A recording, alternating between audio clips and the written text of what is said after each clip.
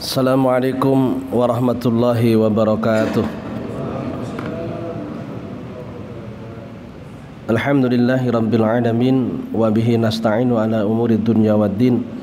Wassalatu wassalamu ala asyrafil anbiya'i wal mursalin sayyidina wa maulana Muhammadin wa ala alihi wa sahbihi ajma'in, amma ba'du. Rabbi syrah li sadri wa yassir li amri wahlul 'uqdatam min lisani yafqahu qawli.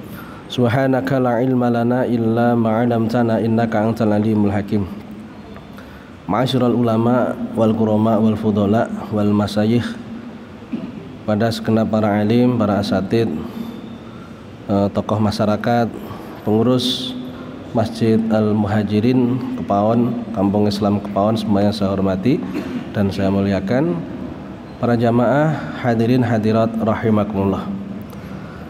Alhamdulillah, kita bersyukur pada Allah Subhanahu wa taala, pada malam hari ini Allah mentakdirkan kita semua bisa kembali berjumpa di tempat ini yang biasanya kita kajian kitab Al-Hikam bin Athaillah Sakandari. Untuk malam ini kita akan mengkaji kitab Ihya Ulumuddin terkait dengan persoalan puasa. Mudah-mudahan Allah Subhanahu wa taala berikan ilmu yang manfaat barokah bagi kita semua sehingga kita selamat fid dunya wal akhirah. Salawat serta salam senantiasa kita haturkan pada junjungan kita Nabi besar Muhammad sallallahu alaihi wasallam, pada keluarga dan sahabatnya. Mudah-mudahan kita semua kelak di yaumil qiyamah mendapatkan syafaatnya.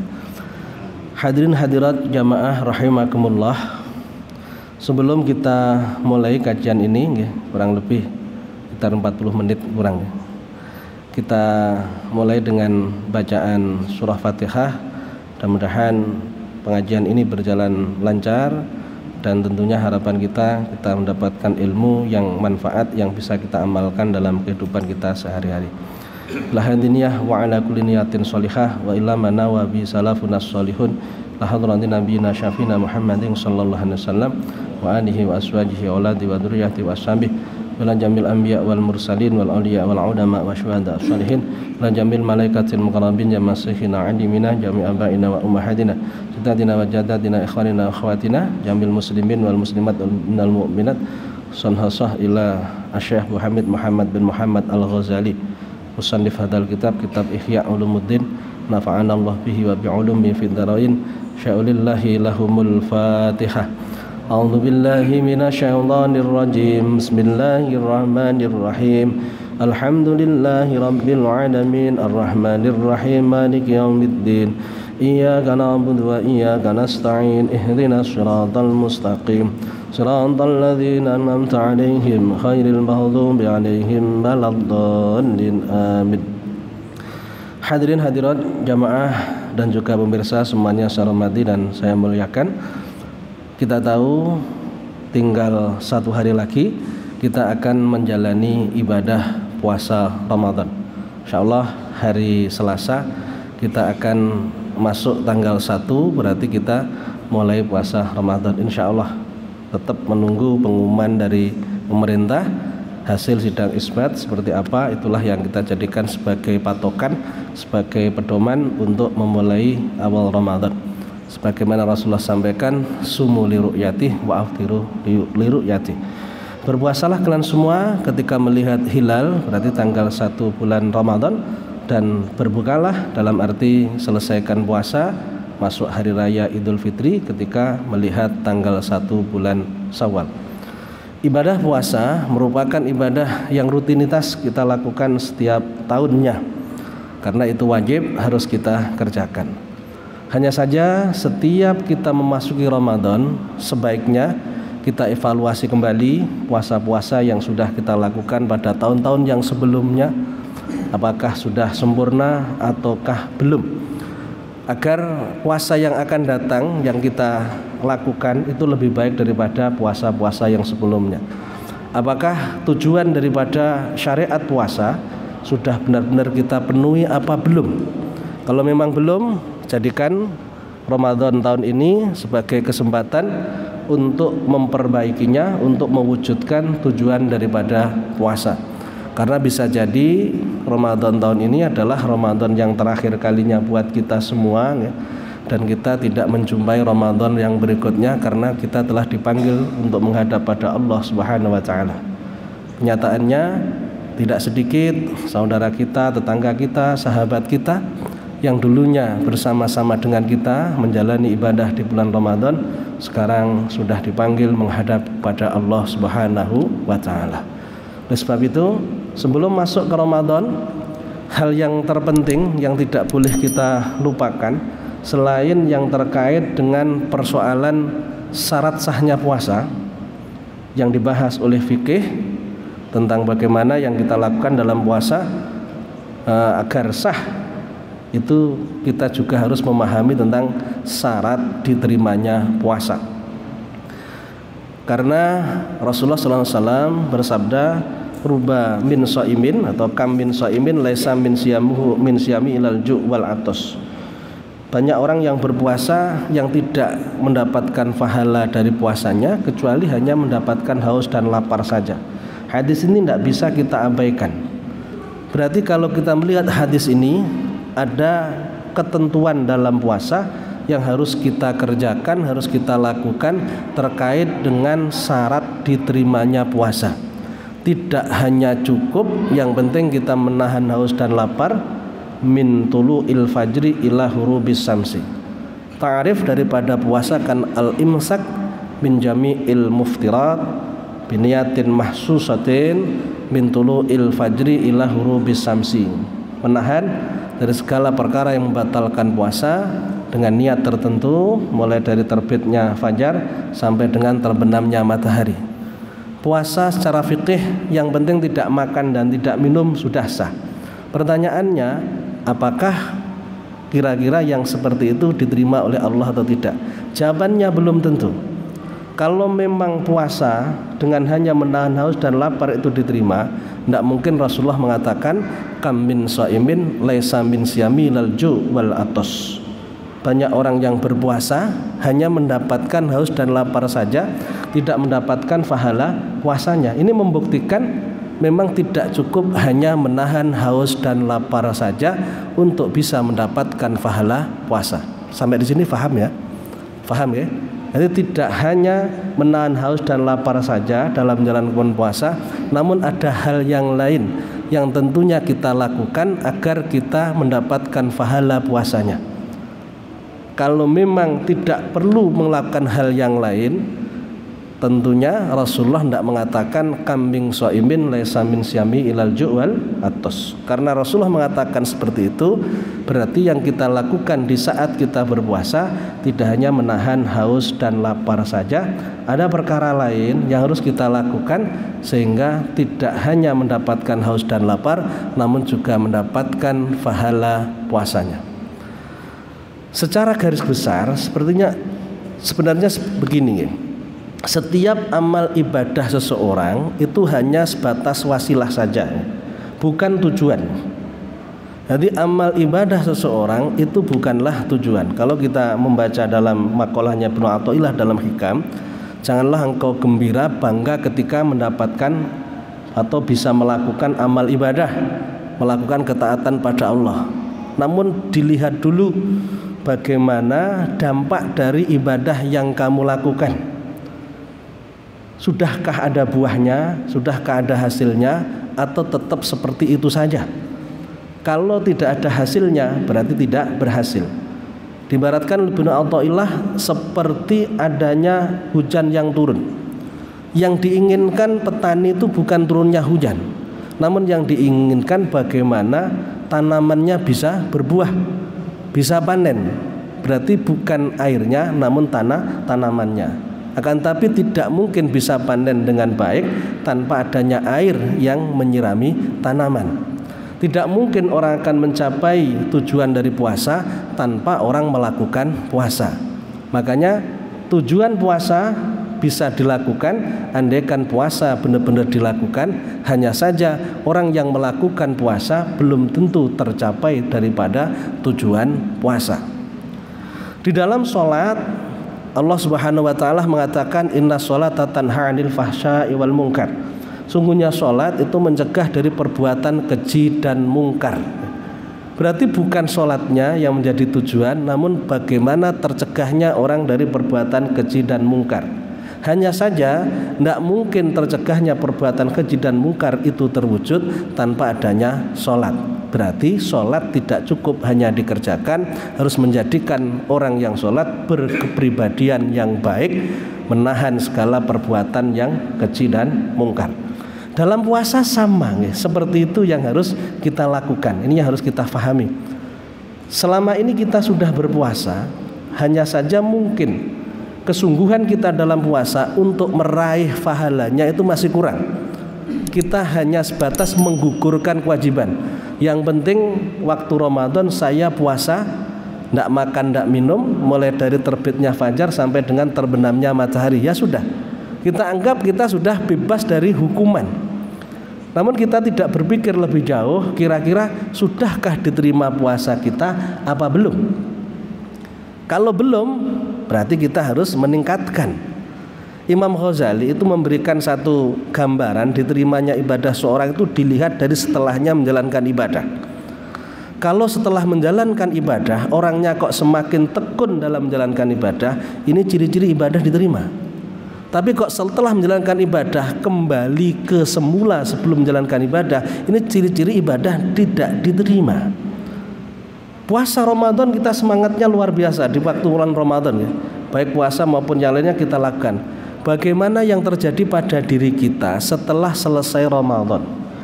Apakah kita semakin semangat atau justru merasa terbebas dari kewajiban di bulan Ramadan? Kebanyakan dari kita waktu Ramadan semangat sedekah, semangat sholat malam. Setelah Ramadan lain ceritanya. Kebiasaan lama terulang lagi. Waktu malam hanya bangun saja, kemudian ke kamar mandi tidur lagi. Bangunnya hanya bangun pipis, tidak bangun untuk melakukan sholat malam. Padahal waktu Ramadan itu sudah dibiasakan. Ini kalau kita melihat konsepnya Imam Ghazali, ini seolah-olah puasa-puasa kita yang lakukan selama ini tidak diterima.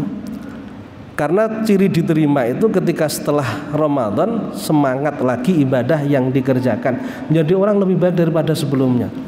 Seolah-olah kematian itu begitu dekat sehingga dia tidak ingin menghilangkan atau meninggalkan kesempatan yang ada. Dia selalu ingin memanfaatkannya dengan sebaik-baiknya.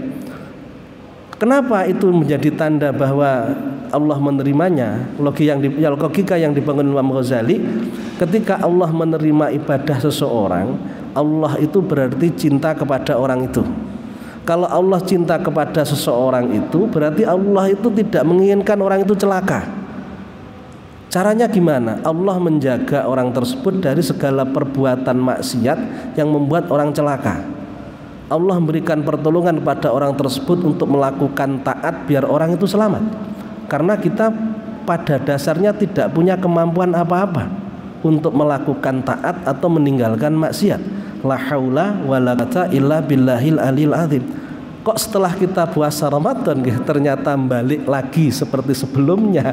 Ini tanda-tanda buruk ya, tanda-tanda buruk ya, bahwa bisa jadi puasa kita tidak diterima. Oleh sebab itu masih ada waktu ya, sebelum Ramadan kita pikirkan kita akan menjadikan puasa yang kualitasnya bagaimana nanti di bulan Ramadan untuk tahun ini.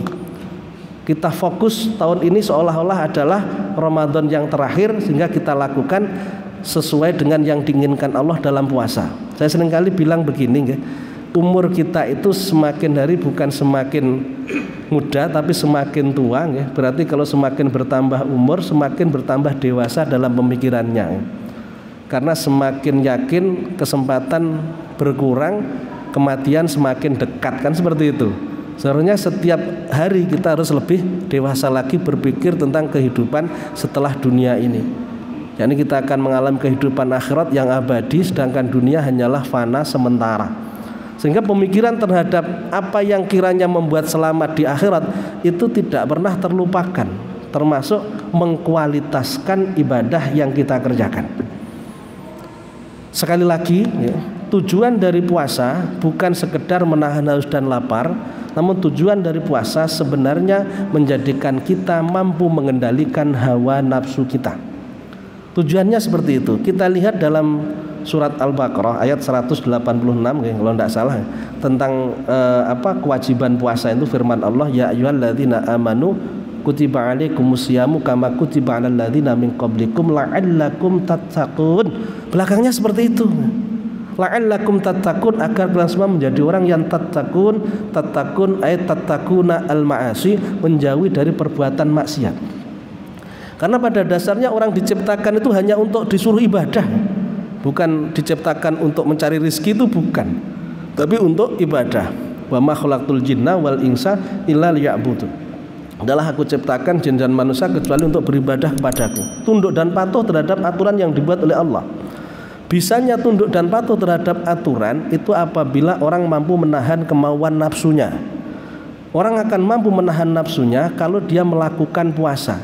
Puasa ini salah satu cara ya, bentuk riyadhah atau bentuk mujahadah yang bisa mengendalikan nafsu. Nafsu ibarat seperti binatang yang liar, agar bisa jinak harus dilatih untuk menjadi jinak. Nafsu agar bisa jinak, asalnya nafsul amarah menjadi nafsul mutmainnah, harus dilakukan latihan mujahadah dengan cara diantaranya puasa. Di dalam kitab Risalatul Mu'awwanah, Habib Abdullah bin Al-Haddad mengatakan as-saum asasul mujahadah. Saum itu adalah pondasi mujahadah. Mujahadatun nafsi itu ada pada puasa. Orang seringkali berpuasa, insya Allah mampu menahan kemarahannya. Orangnya lebih sabar. Wong mampu menahan haus dan lapar mulai dari pagi sampai sore, mulai dari terbitnya fajar dan terbitnya matahari, sehingga tidak menjadi orang yang gampang marah, menjadi orang yang sabar, pasti sabar. Kalau tidak sabar, puasa itu tidak bisa dilakukan. Sehingga dari kelatihan puasa itu terbentuklah kepribadian yang sabar, kepribadian yang bisa qanaah terhadap pemberian Allah, mampu mengendalikan hawa nafsunya, tidak menggebu-gebu, Insya Allah seperti itu yang terjadi.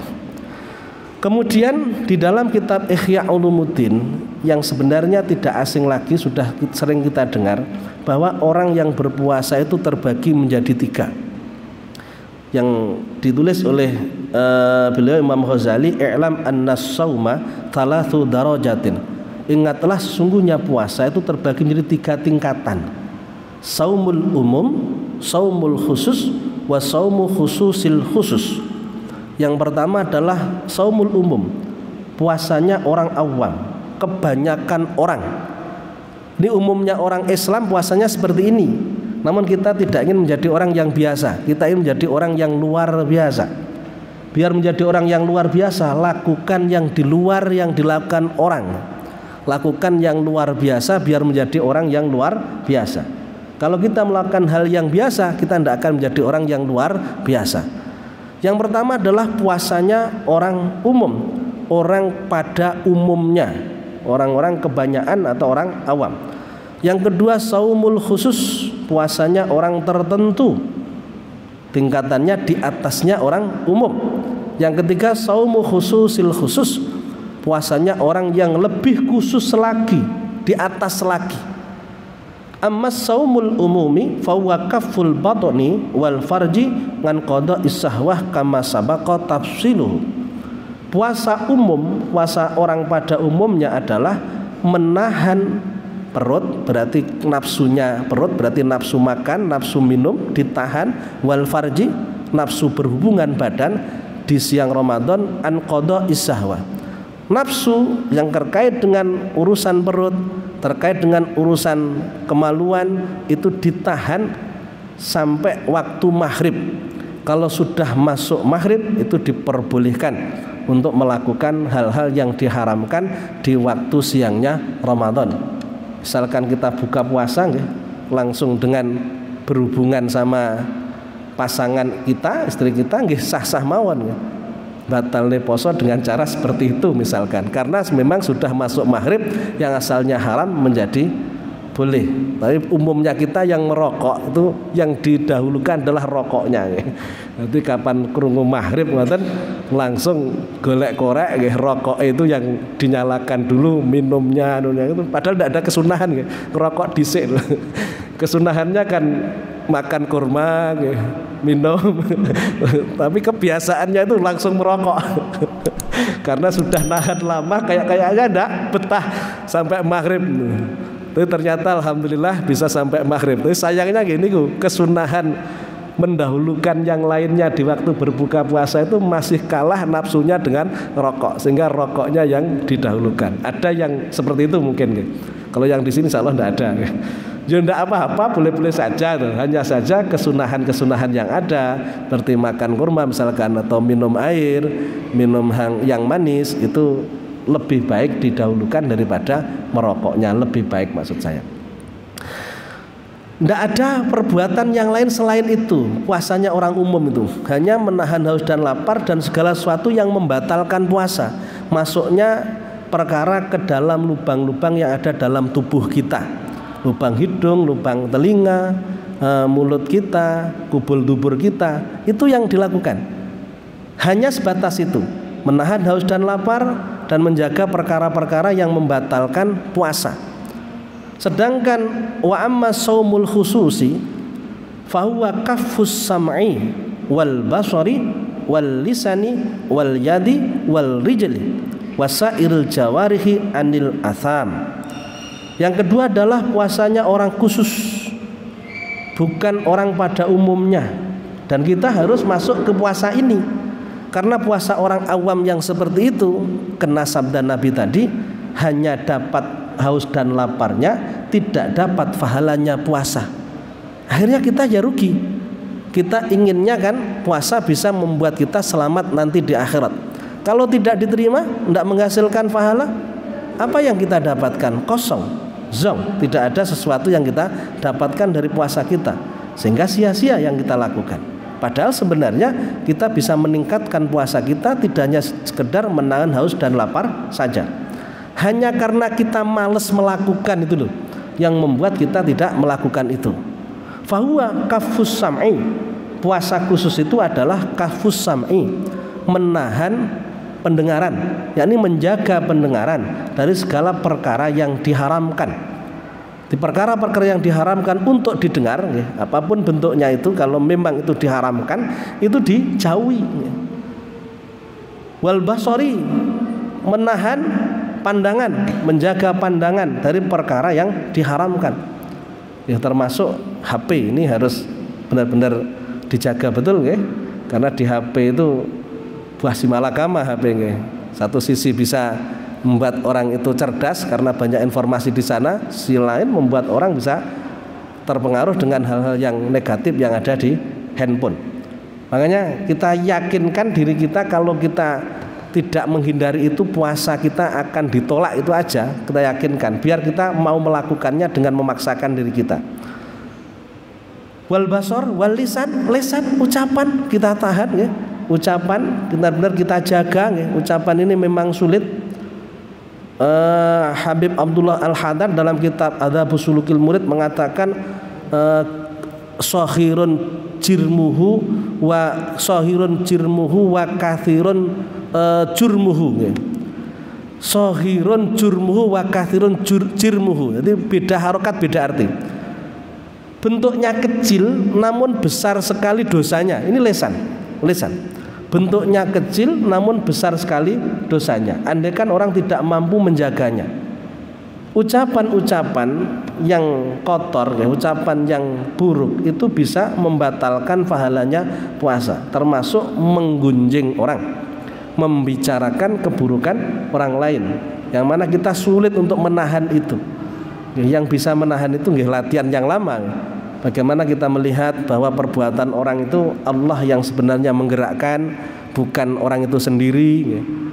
Kalau orang berbuat keburukan, kita pun ya juga melakukan yang sama. Kenapa kita tidak sibuk dengan mengkoreksi diri kita, lebih disibukkan mengkoreksi perbuatan orang lain? Itu harus kita tumbuhkan terus, karena itu akan mendatangkan atau menyebabkan hilangnya pahala puasa. Wal yad, dan juga tangan, dijaga tangan, ya. wal rijl dan kaki, wasairil jawarih dan segala anggota tubuh kita yang lain, semua anggota tubuh kita dijaga dari apa? Anil atham, dari segala perbuatan yang dilarang. Jadi menjaga lisan, pendengaran, mata, segala aktivitas kita dari perkara yang diharamkan. Ini puasa yang harus kita lakukan minimal seperti ini biar dapat pahalanya puasa. Bukan sekedar menahan haus dan lapar saja. Harus melakukan perbuatan-perbuatan yang baik, meninggalkan perbuatan yang buruk biar puasa kita diterima. Wa amma saumu khususil khusus, anapun puasanya khususil khusus, orang yang lebih khusus lagi. Fasaumul qalbi anil himam ad-daniyah wal afkar ad-dunyawiyah, yaitu puasanya hati. Yang berpuasa tidak sekedar perutnya, tidak makan dan minum, tidak sekedar anggota badannya, panca inderanya yang berpuasa, namun hatinya juga berpuasa. Berpuasa dari apa? Menahan diri dari tujuan-tujuan keduniaan. Jadi tidak ngereken, tidak mempedulikan apapun yang terjadi dalam kehidupan dunia. Yang terpikirkan hanyalah kehidupan akhirat. Andaikan hari ini saya mati, kira-kira saya selamat atau tidak. Tidak berpikir saya nanti bagaimana dapat uang banyak sehingga saya bisa beli ini itu, bisa makan ini itu yang enak-enak misalkan. Tidak seperti itu. Itu diserahkan kepada Allah untuk urusan hidup saya, biar Allah yang mengatur. Saya berpikir kalau mati kira-kira selamat atau tidak, sehingga fokusnya mencari bekal akhirat. Kok mikir urusan dunia, maka dia akan batal puasanya. Ini puasanya orang yang khusus. Hatinya hanya terpaut dengan urusan akhirat, tidak berpikir urusan dunia, kecuali dunia yang dijadikan sebagai wasilah perantara untuk mencapai akhirat. Bekerja misalkan dipikir niatnya bekerja apa? Untuk mencari bekalnya ibadah kepada Allah Subhanahu wa taala, bukan untuk menumpuk-numpuk harta, memperkaya diri untuk memenuhi keinginannya hawa nafsu. Wal afkar ad-dunyawiyah wa kafi amma siwallahi azza wa jalla bil kulliyah. Jadi mencegah hati dari segala perkara selain Allah bil kulliyah, dengan keseluruhan, sama sekali tidak memikirkan masiwallah, itu enggak. Yang terlihat adanya Allah, Allah dan Allah. Melihat orang yang terlihat adalah Allah yang menggerakkan orang. Melihat apapun itu Allah yang nampak.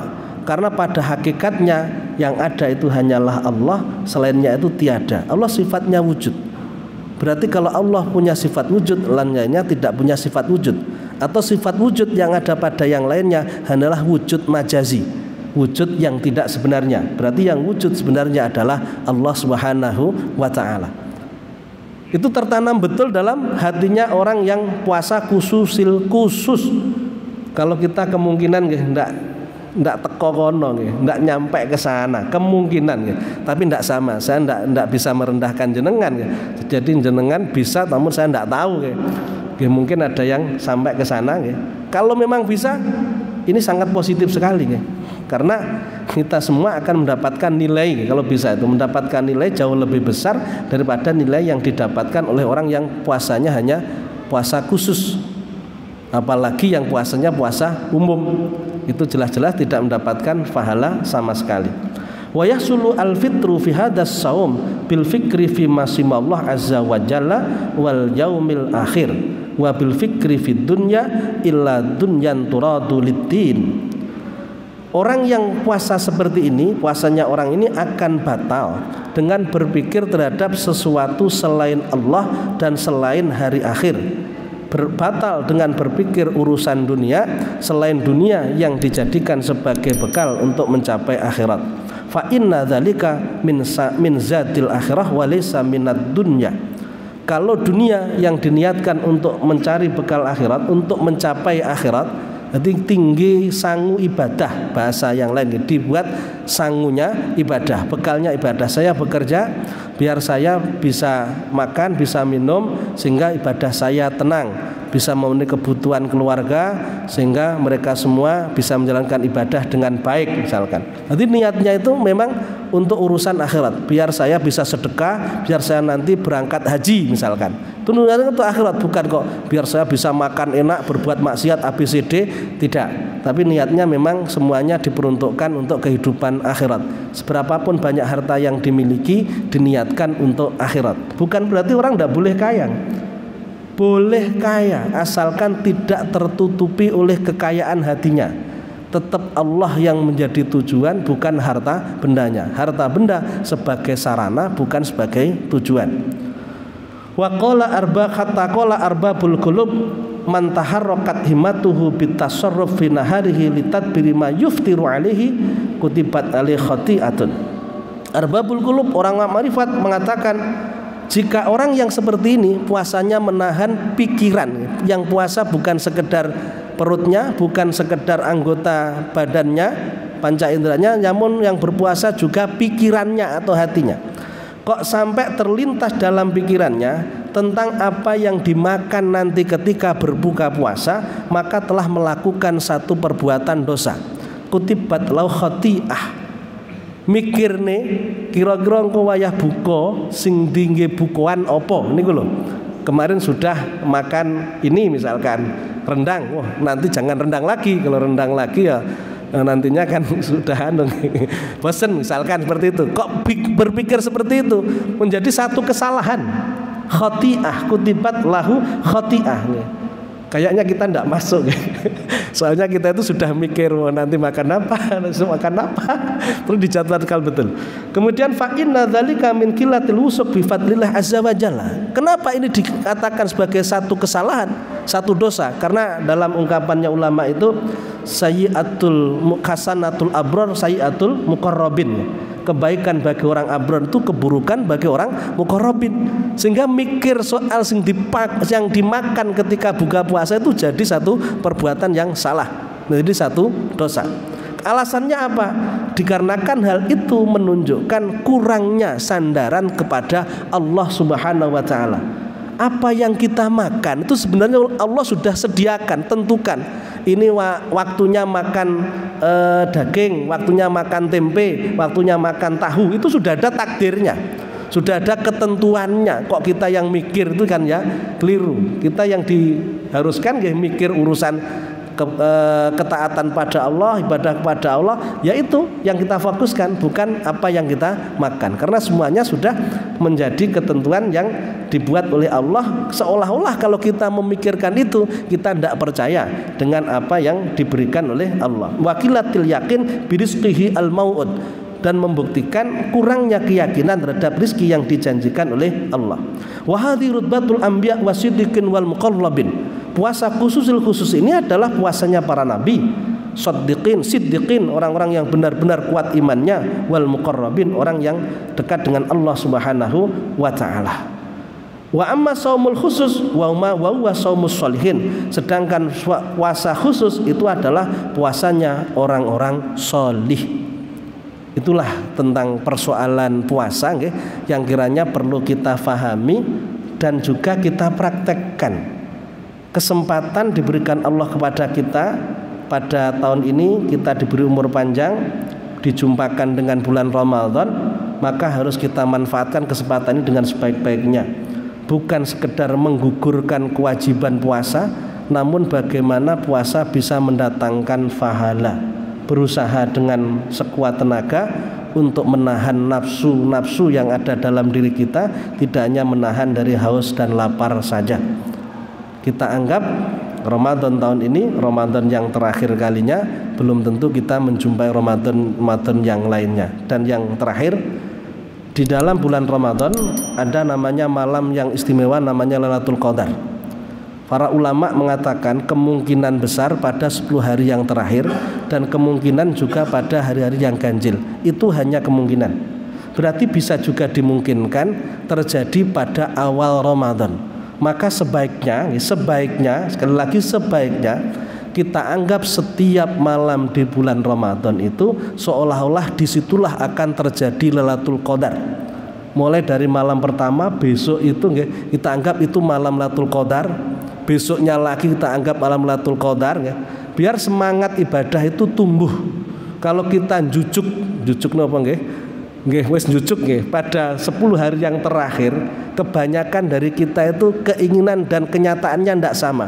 Oh nanti saja 10 hari yang terakhir saya akan ibadah yang tekun. Kenyataannya ketika kita ketemu sama 10 hari yang terakhir, ibadah kita loyo. Kenapa? Karena kurang adanya latihan yang kita lakukan sejak awal Ramadan. Kalau sudah sejak awal Ramadan kita menanamkan, bisa jadi Lailatul Qadar di malam-malam Ramadan, tidak hanya di malam yang akhir saja, kita sudah melakukan ibadah secara totalitas nggih, wis digenjot nggih, wis sungguh-sungguh, sehingga andaikan benar-benar ada Lailatul Qadar di malam tertentu, itu tidak akan terlewatkan begitu saja, sudah kita isi dengan ibadah yang sangat luar biasa. Nggih, itu saja. Masih berapa menit? Nggih, masih ada kesempatan untuk bertanya. Nggih, ini kesempatan yang terakhir karena setelah ini pengajian ditutup nggih, dengan adanya bulan suci Ramadan nggih. Allah alam nanti setelah Ramadan dilanjut atau lagi itu tergantung panitianya nggih. Monggo yang mau bertanya.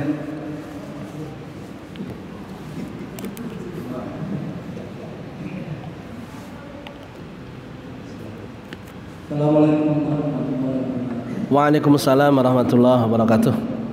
Jadi mau bertanya masalah puasa sunnah. Nggih. Menjelang Ramadan kan. Nggih. Nggih. Kalau kamu nggak bisa. Nggih. Diperbolehkan. Nggih. Sudah biasa menjalankan gimana bisa melaksanakan. Nggih. Nggih. Paham. Assalamualaikum. Waalaikumsalam warahmatullahi wabarakatuh. Terkait dengan puasa sunnah sebelumnya bulan Ramadan, ini ada 2 yang dihati-hati. Yang pertama ba'da nisfi Sya'ban, yang kedua adalah yaumus sak. Satu yaumus sak dulu. Yaumus sak itu hari yang diragukan apakah sudah masuk Ramadan atau belum, tanggal 30 Sya'ban. 30 Sya'ban, besok 29 nggih. Besok 29 dan kemungkinan Selasa sudah masuk Ramadan, sehingga tidak terjadi yaumus sak. Tidak mungkin dalam 1 bulan itu hanya 28 hari, tidak mungkin.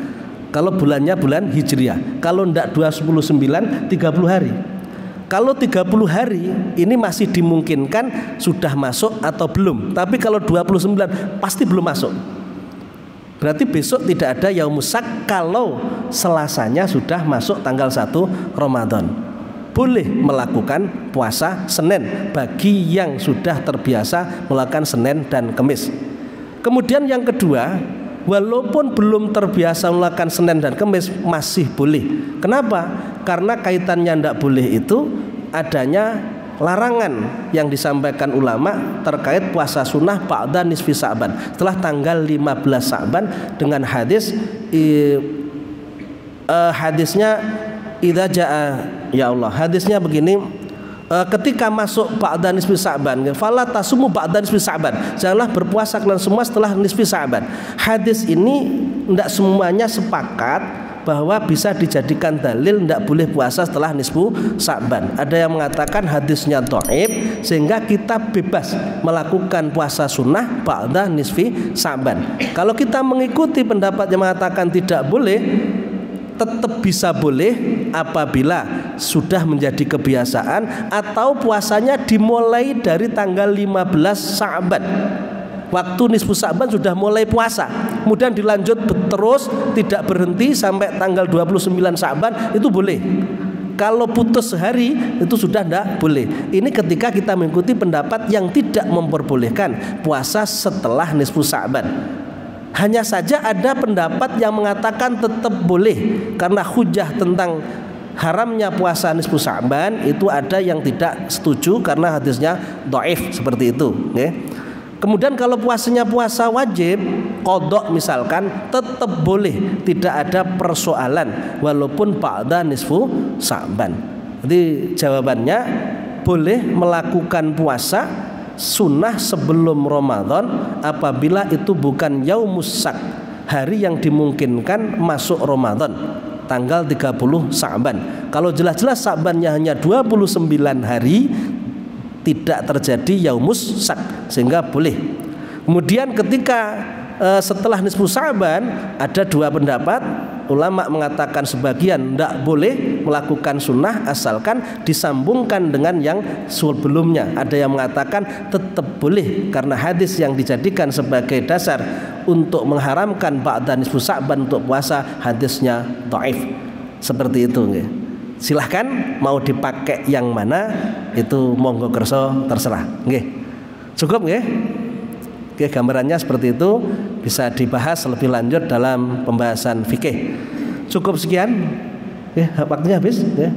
Pertemuan kita pada malam hari ini saya ucapkan ya, selamat menunaikan ibadah puasa, dan saya pribadi selama ngaji bersama jenengan punya banyak ucapan yang kurang berkenan, kesalahan, kegelapan dalam hal apapun, saya mohon maaf yang sebesarnya.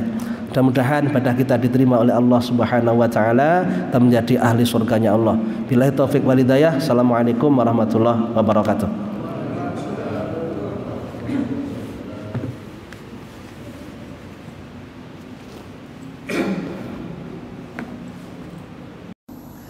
قد كفاني علم ربي من سؤالي واختياري فدعائي وابتهالي شاهد لي بافتقاري.